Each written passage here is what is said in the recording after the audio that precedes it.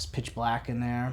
I shut all the blinds, windows, and there was this exercise machine, and it had a cord wrapped around it. And I had one of my belts that I had, and I had a belt and I had an extra shirt so I could line the belt because I didn't want to get a skin rash, if that makes sense. And so I did it. I set it all up, and I remember I had my cell phone with me, and I put on Pink Floyd to listen to it because I figured it was long enough where once I passed out, I was going to be fine. I would just listen to that. And so I did it, leaned forward, and I just waited. I did the math. It was going to take about 10 seconds. I needed 10 seconds. And I could see the stars in my eyes. I could see the black coming, and I wasn't scared. There was just nothing.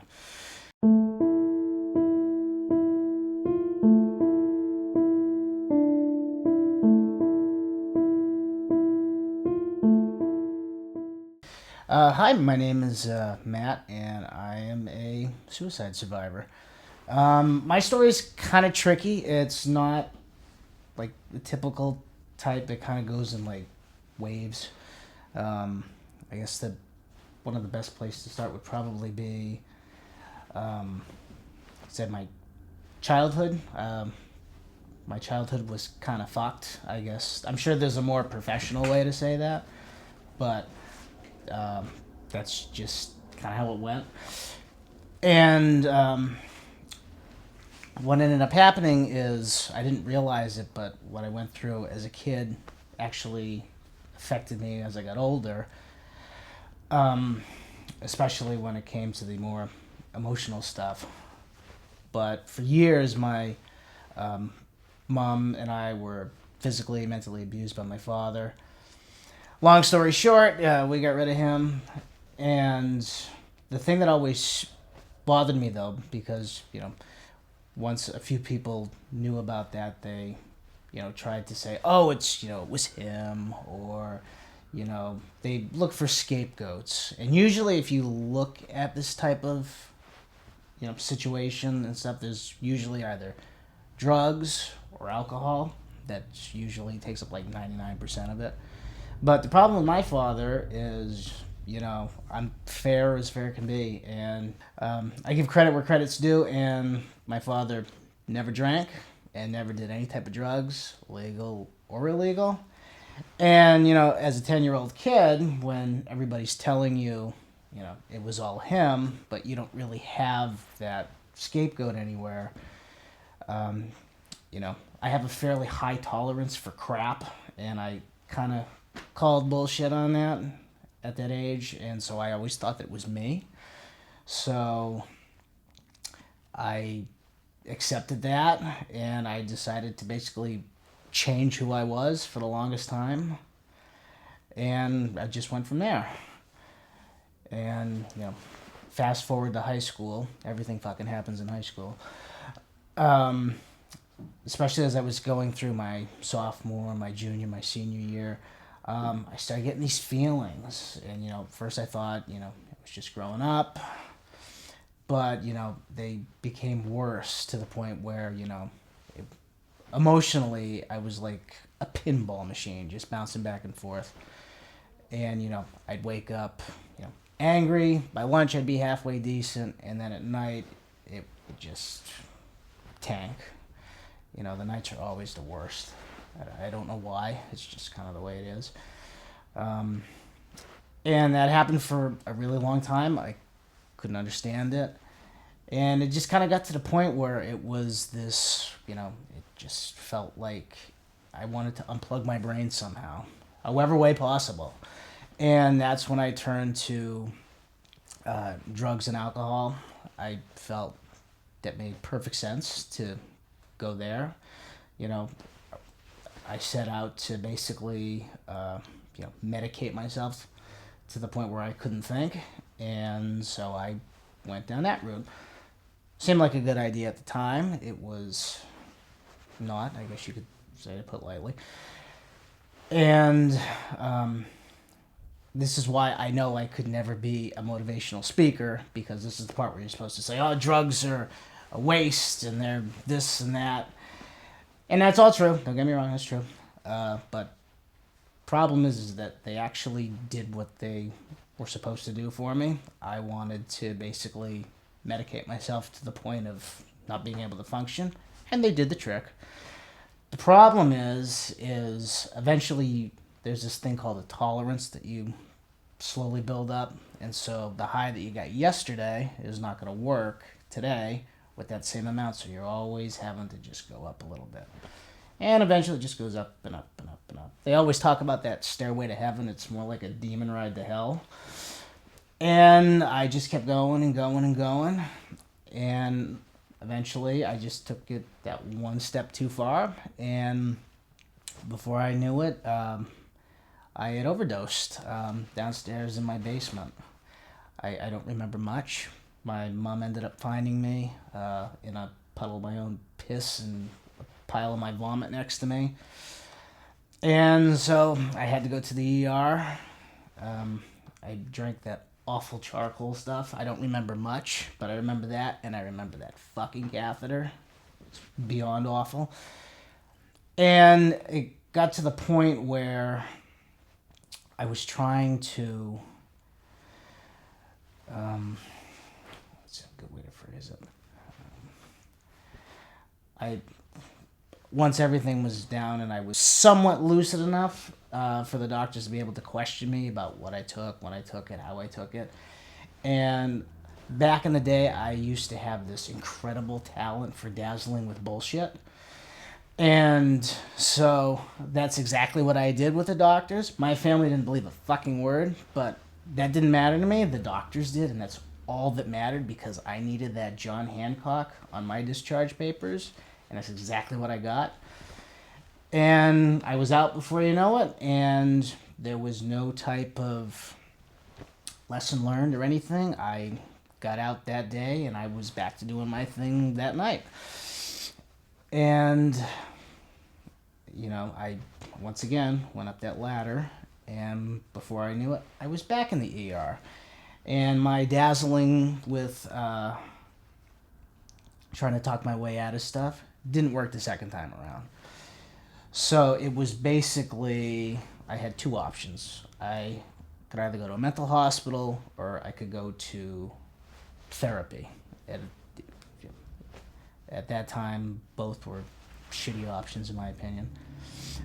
But I decided that the best one to be would be therapy. I didn't want to do it, but I think at that point I was just so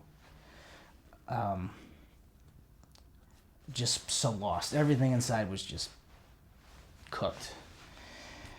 And so I did, reluctantly, to put it mildly. And my first meeting there, I think I maybe said 3 words.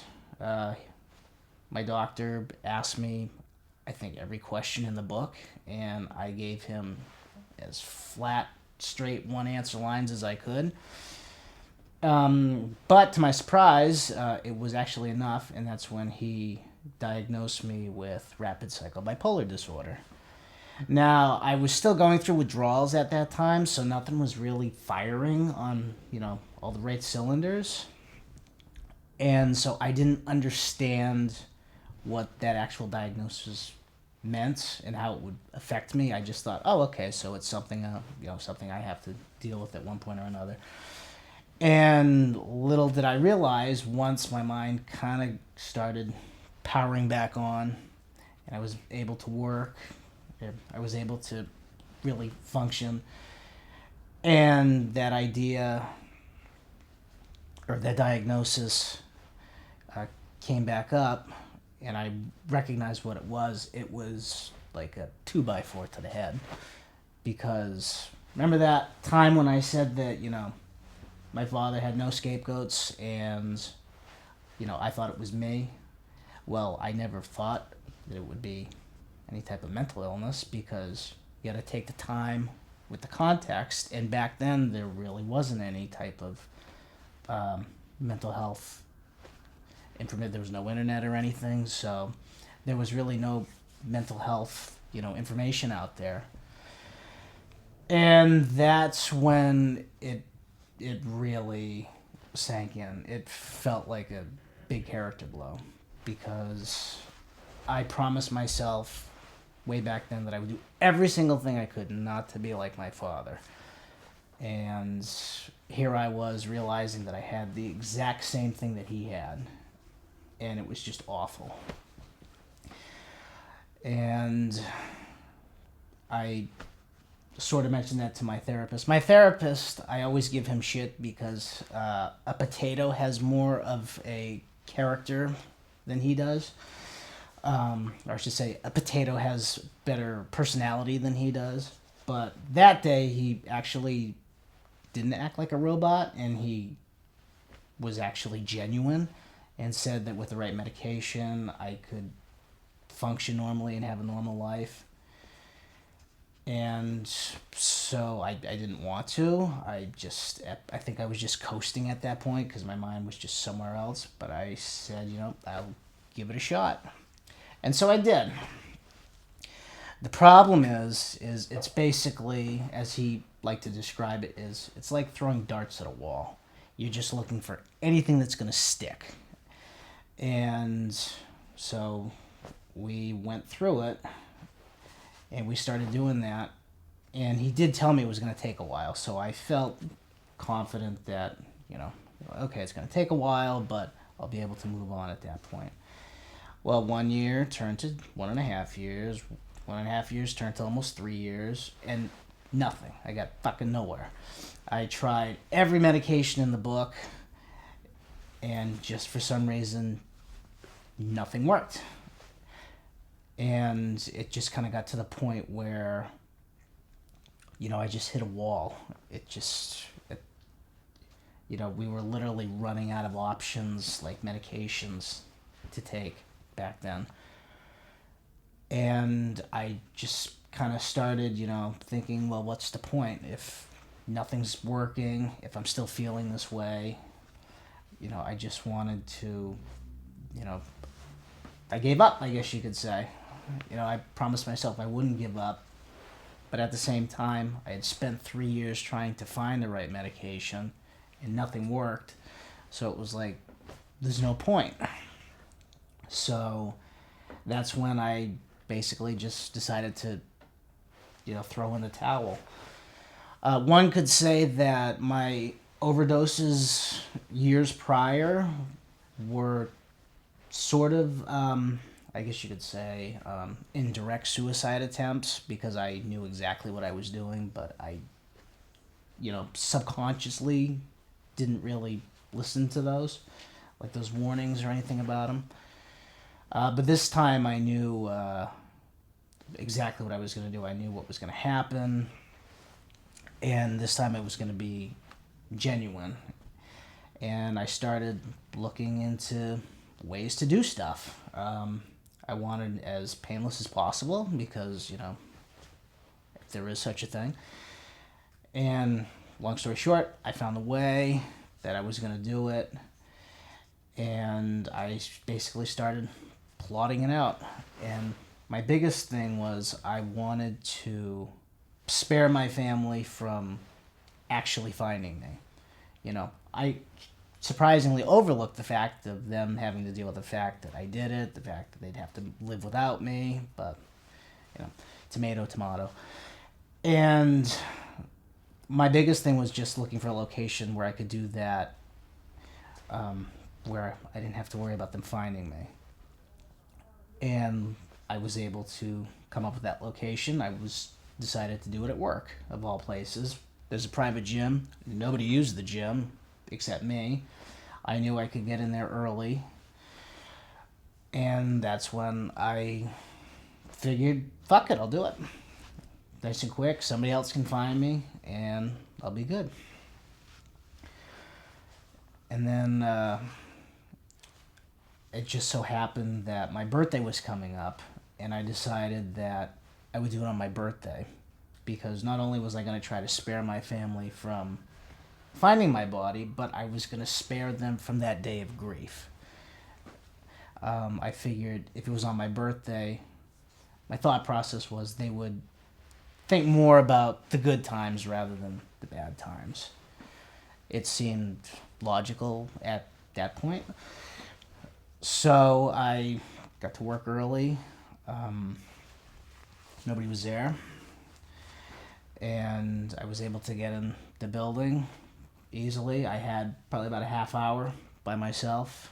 And I did the math. I needed about 7.5 minutes.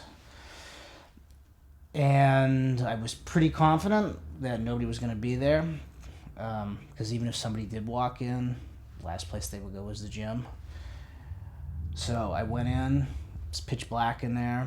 I shut all the blinds, windows, and there was this exercise machine. And it had a cord wrapped around it.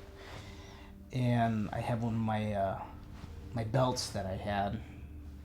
And I had a belt and I had an extra shirt so I could line the belt because I didn't want to get a skin rash, if that makes sense.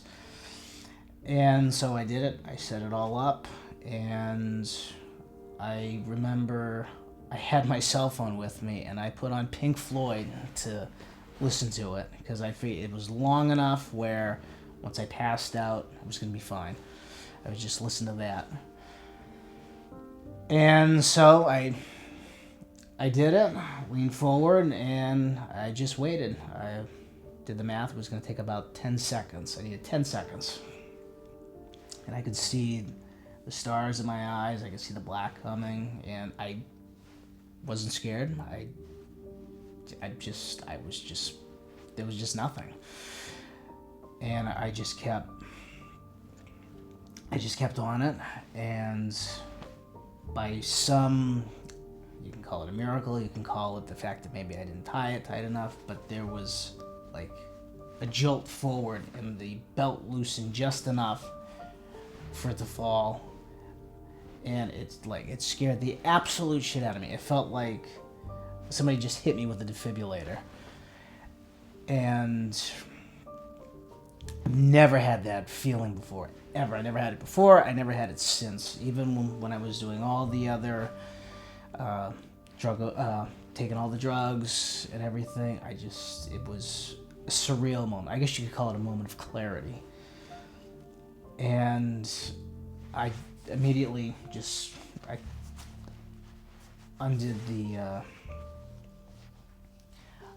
the belt, and I just sat on that floor and I just bawled my fucking eyes out.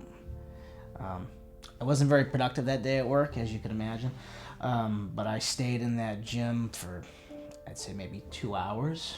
And I always say that it's the quiet that gets you, when, the sun sets for all of us, but for people that struggle with mental illness, usually when it gets dark out, it just gets black, just goddamn space black. And it's the quiet that can change you and does a number to you. But that day it was a different kind of quiet, if that makes any sense. And I actually needed it. I'm not saying that, I suddenly felt better and life got better, but it was almost like a timeout for me. And it kind of did remind me of, realizing that, life can be hard, but we don't know what comes after this. It just, some of us like to wonder or think what comes after, but we have no idea. And since then, that's what's kind of guided me is, remembering that there may not be much after this. And so after that, I decided to go back to see my wonderful shrink, and we resumed going after new medications to figure out what could work, what couldn't work. And that took probably about another couple of months, and by some miracle, we found the right combination. It was a 2-year process that took forever, and I'd say maybe about a month after my suicide attempt, I actually found something that brought me down to earth. I guess is a good way to describe it. And I've been on that combination ever since. And it's kept me stable. Don't get me wrong, there's bad days. I don't think that you're ever going to have, just full-blown perfect days. But it was enough to show me that, things do get better. Sometimes you got to hold on like hell, but it does get there. And I think one of the biggest things I learned during that process is having a creative outlet is the best thing that you could have to get you through those days when that medication does not work. If doesn't matter if it's writing, if it's painting, if it's making videos, if it's photography, if it's crocheting, I don't give a shit. If it keeps you occupied, that's all that matters. So life after the attempt has just been like a complete 180. Like, if you would have asked me 9 years ago if I would be where I am today, I would have probably laughed and said, whatever you're, using, give me some. But it's beyond amazing how much things have changed for the better. And I can't stress enough, a creative outlet is the key to success. That's where the gold is, as I like to say. Because suicide is all about, I have a very unique view of suicide than most other people. For me, suicide is, I view it as, you're trying to say something, or you're trying to figure out something. And suicide can seem intriguing because you're looking for something to say, and suicide is saying something. The problem is what suicide says is, I told you there was something wrong. Or, I tried to tell you that something was wrong. Or actually, I should say, see, I told you something was wrong. But that's not really what you want to say. You want to express what's wrong. But the difficult thing is you may not know how to say it. And sometimes you don't even really know what you want to say. But there's something you just want to say. And what's great about a creative outlet is you can say those things. If you're a writer, you can say those things. If you're a painter, you can paint those things. If you take, photography, you can take pictures of those things. And what's great is that once you are an artist like that, if people question you, you can just chalk it off saying, well, I'm a writer, I'm supposed to say stuff. I'm a painter, I'm supposed to paint stuff. You can basically pour your heart out, and if anybody questions you, you can just be like, oh, it's just creativity. It's the best thing in the world. You can be like your own psychiatrist, and nobody ever knows. As a writer, I think that's great because, for so long I felt like I couldn't say what was wrong, or I couldn't say how I felt. But now I can. And the same thing with painting. I can say messages to people that I couldn't potentially say on my own. And it's amazing what happens. And there's days where no amount of medication on this earth is going to help you. I've learned that the hard way. But when you have that creative outlet, you can go there and you can get all that frustration out, you can get all that sadness out, all that anger, whatever it is, and every time it helps. You just got to trust the process, and you'll get there. Sometimes it's difficult. Other days it's more tedious than others. And I'm not saying it's going to work 100%, but it's always an option, and an option is better than no option. So one of the things that's happened since my attempt is I actually got into painting. I honestly never would have. It kind of made sense though once I realized that I liked painting because my mother paints, my grandfather paints, and I was working on a book about back in 2020 when the world was shut down, and I reached out to my friend Billy, and long story short, we started talking about art, and he was the one that got me into painting. I always say that he opened my worldview to color. I found writing on my own, and I always say writing saved my life, but painting saved my soul. And so I will always be grateful to Billy for doing that for me. But nowadays with painting, I find it amazing because to a certain degree, I guess you could say that I'm a mental health painter. And what that means is I try to paint things that will say things that people will shy away from. I try to make it almost provocative in my titles to express, what it can be like and different views, because there is no better way to piss me off than to say that people who commit suicide are cowards, who are selfish, who don't care about anything. Because the truth is, I've lost a lot of people to this disease, and they were a lot of things, but I would never label them as cowards or anything. They were amazing people. They were full of life, full of energy, and to be honest, they were much better people than me. And so the fact that I'm still here and they're not is probably the hardest thing that I have to deal with. Survivor's guilt is a real thing, and every day it is with me in some nagging way. That was hard to say. Do you want to take a break? Yeah, can I take a break real quick? Yeah.